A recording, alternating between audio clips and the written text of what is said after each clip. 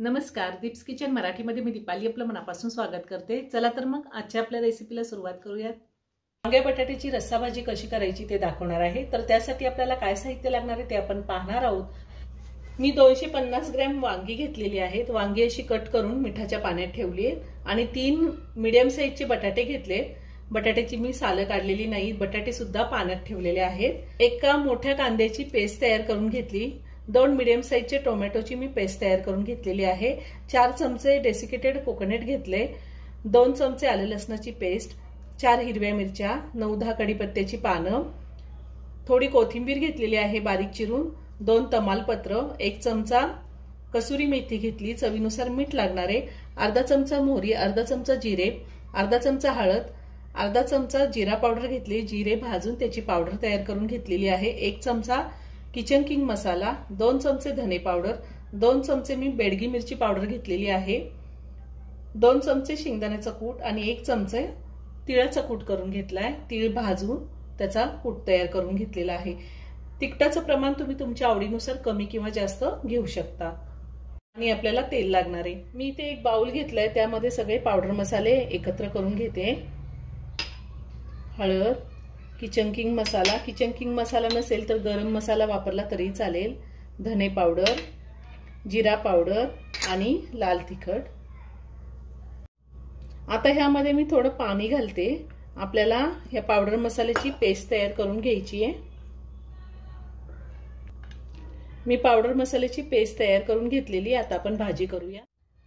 मी गॅसवर कढई ठेवली, त्यामध्ये मोठे 3 चमचे तेल घातले। तेल गरम झाले, त्यात मोहरी घालूया। त्यातच आपल्याला जिरे घालायचे। जिरे मोहरी तडतडले, त्यात तमालपत्र घालायचे, कढीपत्ता घालूया आणि आलं लसणाची पेस्ट घालायची। आलं लसणाची पेस्ट मी थोडीशी परतून घेणार आहे।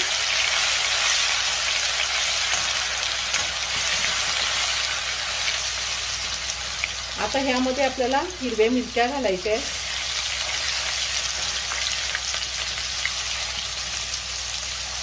त्यातच कसुरी मेथी घालूया।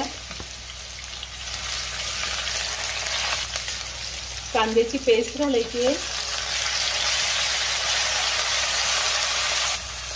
कांद्याची पेस्ट मी साधारण 2 ते 3 मिनिटं परतून घेणार आहे। कांदा साधारण 3 ते 4 मिनिटं मी परतून घेतलेला आहे। आता आपल्याला ह्यामध्ये डेसिकेटेड कोकोनट घालायचे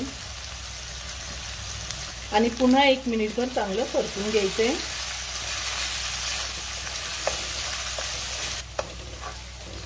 मी थोडी कोथिंबीर घालते बारीक चिरलेली। अशी फोडणीमध्ये कोथिंबीर घातली की भाजीला खूप छान स्वाद येतो।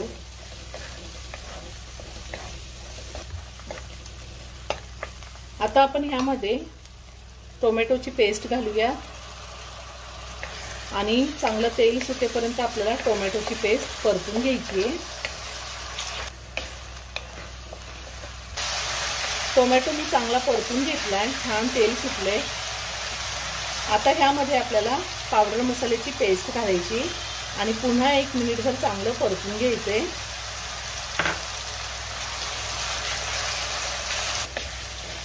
पावडर मसाले घातल्यानंतर सुद्धा मी 1 मिनिटभर चांगलं परतून घेतलेले। मी ह्यामध्ये आता आपण जे बटाटे चिरून घेतले ते घालणार आहे।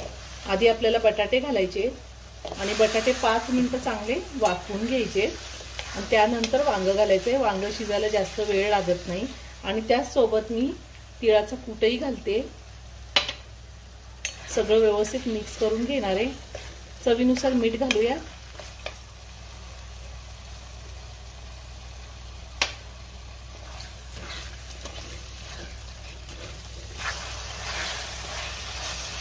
तर झाकण ठेवून मी 5 मिनिटं बटाटे चांगले वाफवून घेणार आहे। गॅसची फ्लेम लोवर ठेवलेली आहे।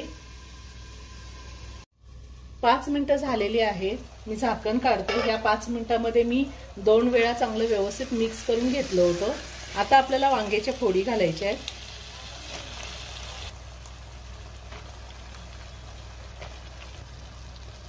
आता हे सगळं व्यवस्थित मिक्स करून घेऊया।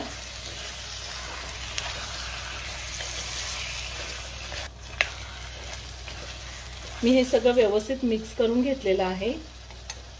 यातच मी शेंगदाण्याचा कूट घालते।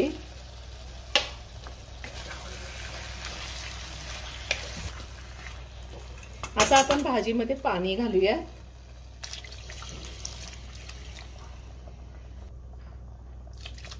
मी साधारण 1.5 ग्लास पाणी घातलेलं आहे। आता हे सगळं पुन्हा व्यवस्थित मिक्स करून घेते। आता मी झाकण ठेवून भाजी शिजवून घेणार आहे। मी साधारण 12 ते 15 मिनिटं भाजी शिजवून घेतलेली आहे। भाजी छान शिजली आहे। आपण चेक करूया। बटाटा शिजायला थोडा जास्त वेळ लागतो। बटाटा शिजलाय का ते पाहूया। हे पहा, बटाटा छान शिजलेला आहे। आता वरतून थोडी कोथिंबीर घालते आणि भाजी एका बाउलमध्ये काढून घेते। खूप छान झाली भाजी, खूप छान सुगंध येतोय।